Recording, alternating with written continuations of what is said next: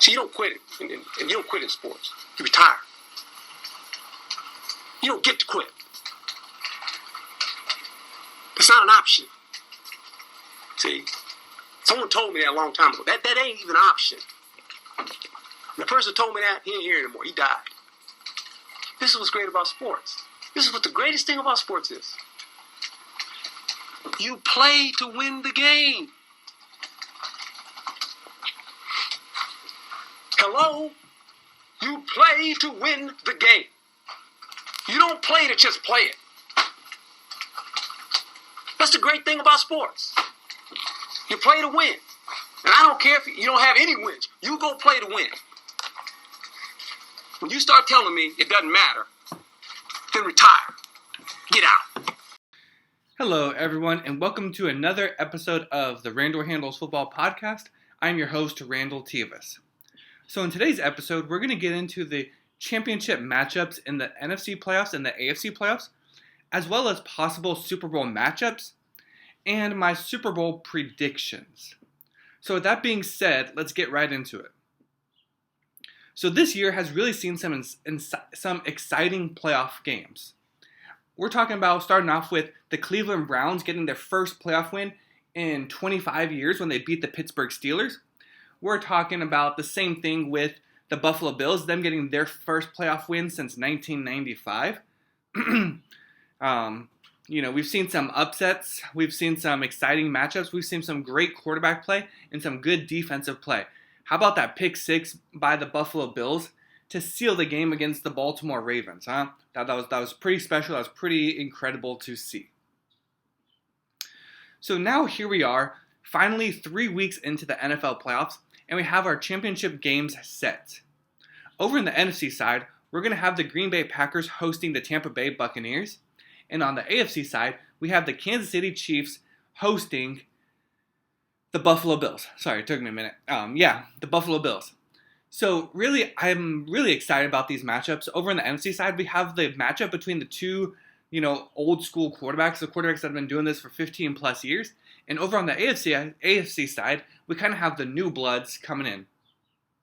Now, Patrick Mahomes has definitely been here before, as this is going to be the Chiefs' third consecutive AFC championship game. Whereas, like I said, the Buffalo Bills haven't even won a playoff game before this year in 25 years. So this is definitely the first time Josh Allen is going to be in an AFC championship game. And over on the NFC side, we have the 6-time Super Bowl winner, Tom Brady, who is in his 14th, that's incredible to say, the 14th championship game that he has played in.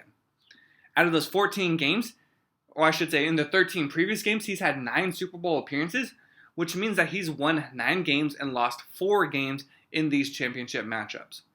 With Aaron Rodgers, he's just looking to make his second Super Bowl appearance, right? He had that one Super Bowl win against the Pittsburgh Steelers, and I don't think he's lost any, so he's looking to win his second championship game.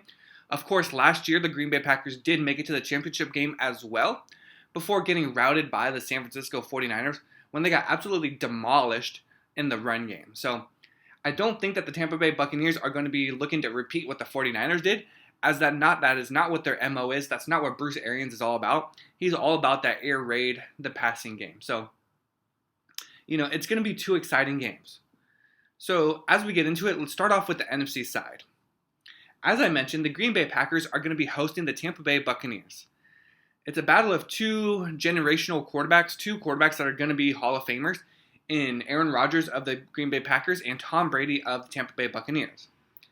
Now for Tom Brady, this is his first season in Tampa Bay. He spent the previous 18 seasons of his career in Foxborough playing for the Patriots. And so in his first season playing in the NFC, he's already in another championship game. A lot of people talked about how the Patriots were only good because they played in a weak division. They played in a weak conference. The moment he came over to the NFC side, they weren't even going to make the playoffs. They definitely weren't going to make it to the Super Bowl. There was all this talk. And there was all this talk about who was better, who was more of the GOAT. Was it the coach that made the quarterback, or was it the quarterback that made the coach? Well, if we really step back and look at it, like I said, here we have Tom Brady in the NFC Championship game, 1 win away from being in the Super Bowl in his very first season playing in a brand new system. Whereas if you look at the Patriots, They had a new quarterback in Cam Newton. They had the same offensive coordinator that they've had, Josh McDaniels, the same defensive system, the whole same system over there in Foxborough. Yet the New England Patriots only mustered, 6 or 7 wins this entire season and definitely did not make it to the playoffs. They finished 3rd in their division behind the Buffalo Bills and the Miami Dolphins. So, I think that says a lot about who it really was that was making that team so great. The quarterback or the coach? In my personal opinion, I think Bill Belichick did a lot for the development of Tom Brady, especially in the beginning of his career. But somewhere about 2006, 2007, 2008, when the Patriots brought in the Randy Moss, the Wes Welker, and had that undefeated regular season and just lost in the Super Bowl to prevent them from having that undefeated season when they lost to the New York Giants. I think it was about that time where Tom Brady really established himself as the best quarterback. And regardless of who his coach was, he was going to be a winner. And it was more Bill Belichick's teams relied on Tom Brady getting it that far in the playoffs. Like I said, for probably the last 10, 12 years, it's been like that. So, I think as of right now, even though Tom Brady's still 43 years old, he's still proven to be the GOAT. And it wouldn't surprise me at all if he comes out to be the winner in this game. Their defense played one heck of a game against the New Orleans Saints as they picked off Drew Brees 3 times. They forced another fumble off of Jared Cook. All 3 out of those 4 turnovers led to touchdowns. So I think that's really going to be the key to the matchup. The last time the Buccaneers and the Packers played in the regular season, they were able to intercept Aaron Rodgers 2 times, and that ultimately led to them winning the game. So I think that's really going to be the key for this Buccaneers team. Can they force turnovers, and can they score off of those turnovers? I think if we're just talking about offensive-wise, like I said, Tom Brady, he's great and all, but I don't think that offense will be able to keep up with the offense of the Green Bay Packers. I think just right now, Aaron Rodgers is playing absolutely lights out. He can't do anything wrong. The connection between him and Davante Adams is outstanding. And now that they actually have their run game going, with Aaron Jones, A.J. Dillon, Jamal Williams, and that offensive line, it's a very scary team, and it's really hard to pick against the Green Bay Packers. So, although their offenses are almost neck and neck, I would give the slight edge to the Green Bay Packers. But on the defensive side, like I said, this is where it's going to really count. On the defensive side, I have to give the edge to the Tampa Bay Buccaneers. Like I said, what they did last week against the New Orleans Saints was impressive. They've been a dominant defense all season long. Even last season, when they ranked number 1 in the NFL in rushing defense, I think if their defense actually shows up and comes to play, and they really force Aaron Rodgers to get out of the pocket, they put some pressure on him, they stop the run, it is going to be a long day for Aaron Rodgers. I mean, face it, that's what the 49ers did last season in the NFC Championship game against Aaron Rodgers. When you really force him to throw, and to really throw quick, it's all those downfield throws that Rodgers likes to make, whether it's to Davante Adams, as I said before, or Allen Lazard, or Marquise Valdez-Scantling. That's really where he makes his money, is in his downfield throws. And of course, Davante Adams isn't too bad at making people miss and getting a lot of yards after the catch. So like I said, the keys to the game for the Buccaneers is if they can stop the run, if they can force Aaron Rodgers to throw quick by getting pressure on him, and if they can make some tackles, I think that's exactly where they want to be. And this game will definitely favor the Tampa Bay Buccaneers. But all things considering, the Buccaneers haven't played in any snow this entire season. The Packers are used to that. It's going to be in Lambeau. It's supposed to be on and off snow flurries. So, this game, the weather side could definitely favor the Green Bay Packers. It's not like this is anything new to Tom Brady. Over in Foxborough, Tom Brady's played in plenty of snowy games, especially if you think back to all those classic matchups between Tom Brady and Peyton Manning in these AFC Championship games. Almost all of them were in these flurries. So, but that's not to say that Mike Evans, Chris Godwin, Leonard Fournette, any of those other key offensive players for the Buccaneers are used to this. So with that being said, I think I'm going to pick the Green Bay Packers to win this game. Like I said, I think that they're the better overall team. They have a good enough defense, and they have probably the very best offense in the entire NFL right now. And I think that offense is really going to carry them to a victory here. I expect this to be a high-scoring, close game. I'm thinking maybe somewhere in the neighborhood of 35-31, 28-27. It's going to be a close game. But I think this game favors Aaron Rodgers enough. And the Packers find a way to pull out this game and make it to their second Super Bowl appearance in Aaron Rodgers' time. So again, I'm picking the Green Bay Packers to beat the Tampa Bay Buccaneers. Now, over on the AFC side, we have the Buffalo Bills going into Arrowhead Stadium to take on the Kansas City Chiefs. Now, in a normal circumstances, in a non-pandemic time, this stadium would be absolutely rocking, right? The Chiefs faithful come out in droves. They like to be loud, make a lot of noise. However, they're not going to have a full stadium. That's not necessarily going to be the case. So I think that definitely favors the Buffalo Bills. It was a lot like last week when the Bills Mafia, even though their stadium only had about 6,500 people in it due to the pandemic, they were still making a lot of noise and really made it a little bit harder for that Baltimore Ravens team. I don't think that same issue is going to be a problem for the Bills here in Arrowhead Stadium. Now, like I said, this is the third consecutive AFC Championship game that the Chiefs are playing in. The first one, they actually did play against the New England Patriots and Tom Brady. And if you remember, there was that controversial offsides penalty by Chris Jones where Tom Brady threw an interception. Of course, it got called back. That interception would have clinched the game. But instead, what happened was after that penalty, Tom Brady marched his team right down the field. I don't know if it was a touchdown or a field goal that tied the game and sent it to overtime. And eventually, Mahomes never got to touch the ball as the Patriots then took the ball in overtime and scored a touchdown to end the game. And so that was the year that the Patriots did go to the Super Bowl. Like I said, this was 2 years ago. And yet now here we are, and then the previous season, last season, I have to think about this. The Kansas City Chiefs were playing against the Tennessee Titans last season in the championship game. They were down by, 14 points or something going into the second half. They had that comeback. They ended up winning the game to get that Super Bowl matchup where, of course, they did beat the 49ers. And so here we are in year three consecutive years for the Chiefs making it to the Super Bowl.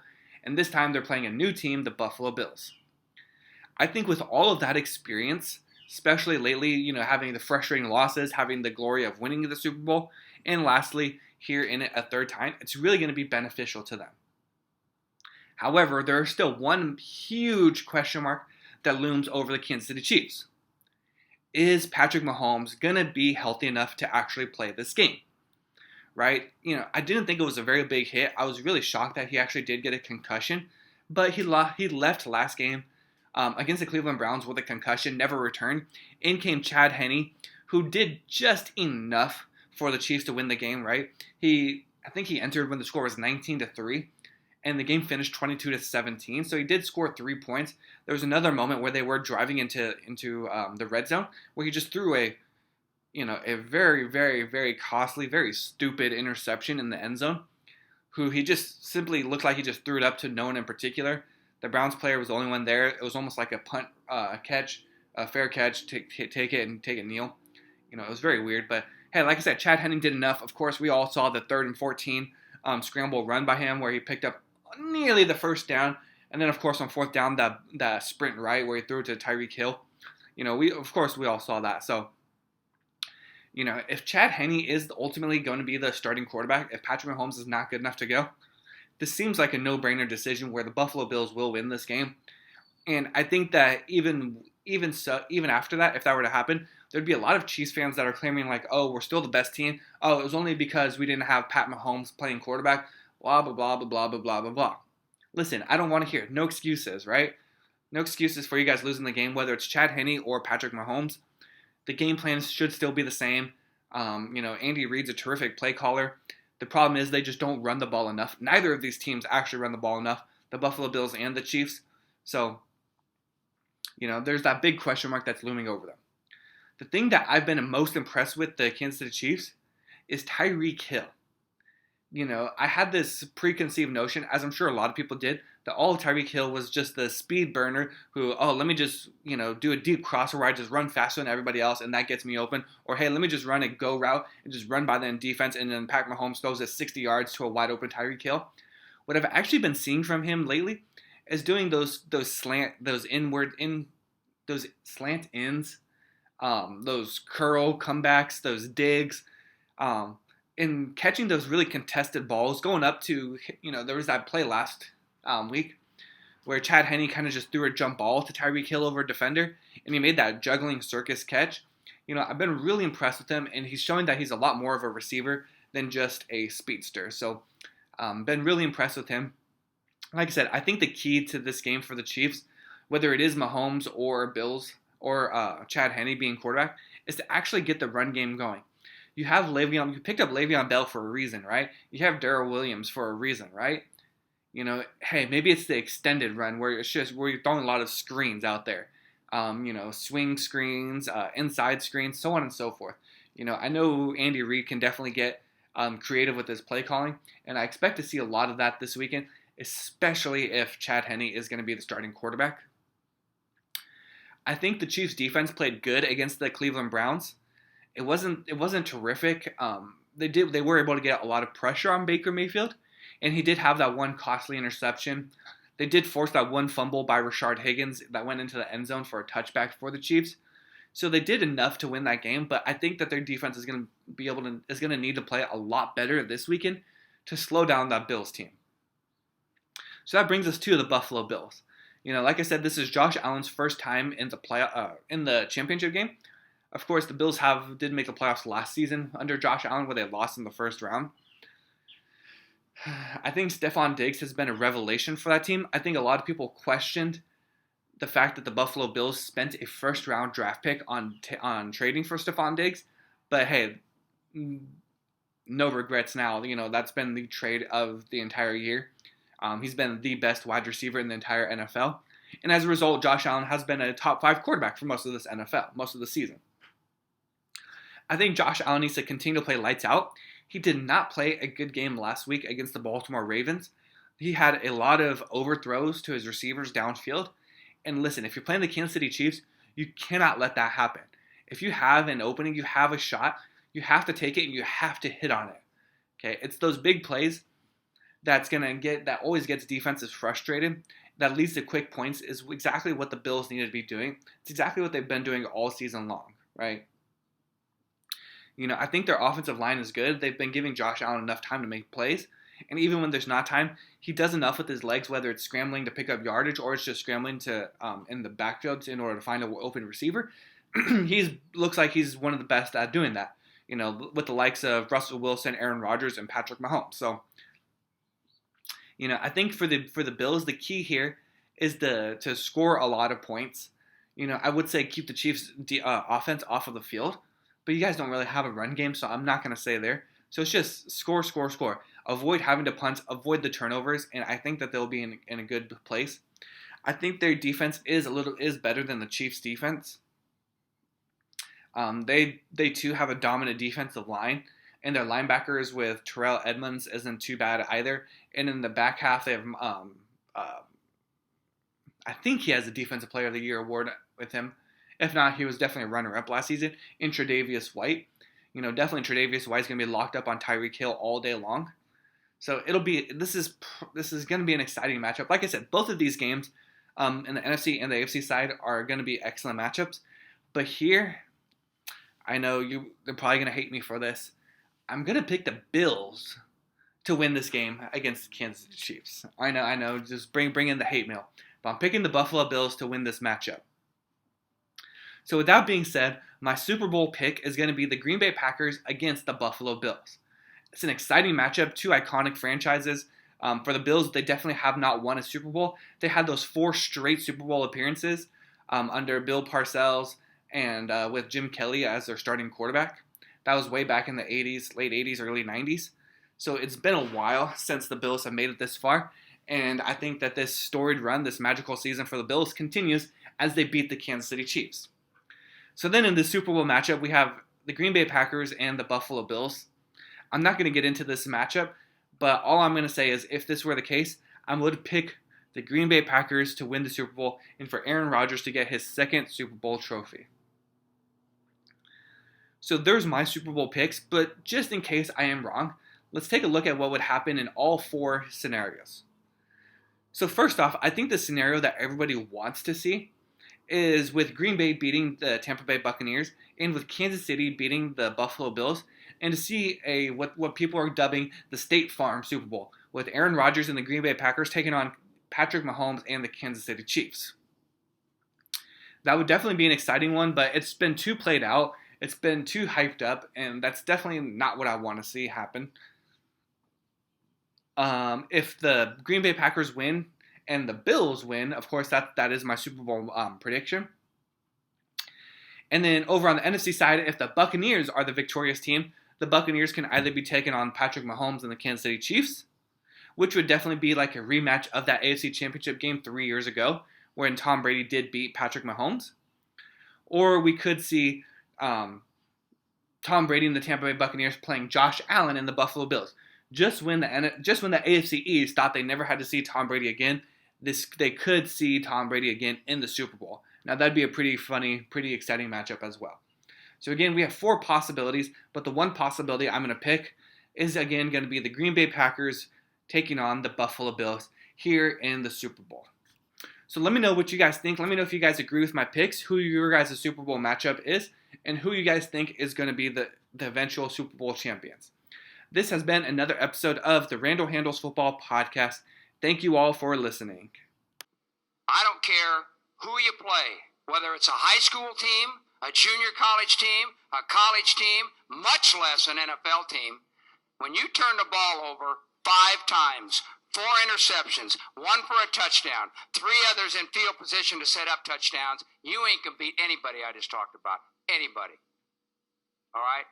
And that was a disgraceful performance, in my opinion. We threw that game. We gave it away by doing that. We gave them the friggin' game. In my opinion, that sucked. What's that? Playoffs? Don't talk about playoffs. You kidding me? Playoffs? I just hope we can win a game.